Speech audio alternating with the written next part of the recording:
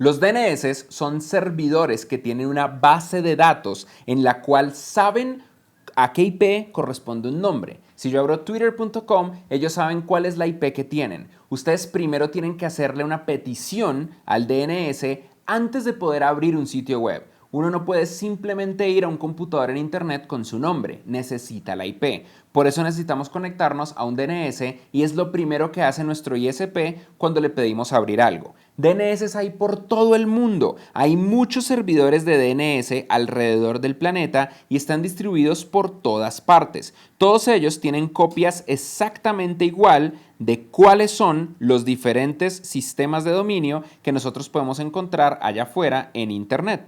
Como la petición DNS tiene que ser muy rápida, es muy común que estos servers DNS estén por todas partes de internet con una copia exacta de la base de datos para que la señal tenga que viajar lo mínimo posible. Muy probablemente tu país tiene su propio servidor de DNS raíz y hay otros subservidores de DNS de caché que lo que están haciendo es guardando una copia de a qué significa esta IP con qué significa esta URL. Muchas veces cuando tú estás desarrollando un sitio web, en ocasiones tienes que cambiar la IP porque estás migrando de servidores. A pesar de que Platzi.com sigue siendo Platzi.com, ha cambiado de diferentes proveedores de internet a lo largo del tiempo. En esos casos, lo que pasa es que no es automático o inmediato el cambio en las bases de datos, porque tienen que desplegarse por todo internet antes de que puedan cambiar. Eso en ocasiones hace que los sitios web no respondan, que tú entres a Platzi.com y te muestre una versión vieja del sitio o que no te muestre el sitio, porque está apuntándole al servidor viejo. Así que en síntesis, un DNS es una base de datos que tiene esto: un par de el valor twitter.com con el número 104.244.42.65.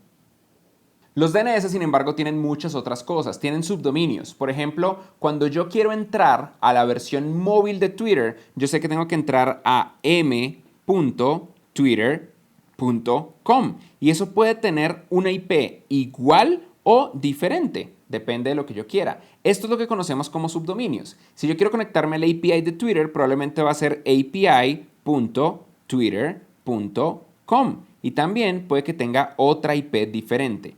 Este es el concepto que nosotros conocemos como subdominio.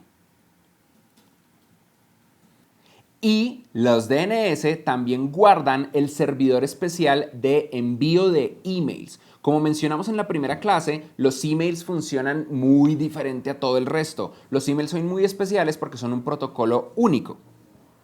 La forma en la que internamente en un dominio como twitter.com se guarda el servidor de email es diferente. A veces puede que el servidor de email sea la misma IP, pero en otras ocasiones queremos usar una IP diferente. Por ejemplo, imaginen que twitter.com realmente usa los servidores de correo de Gmail. Para hacer eso, los DNS tienen una subbase de datos que la llaman los MX Records o los registros MX. Los MX Records es donde se guarda donde vive el servidor de correo y puede que el MX Record sea internamente la IP del servidor de Gmail.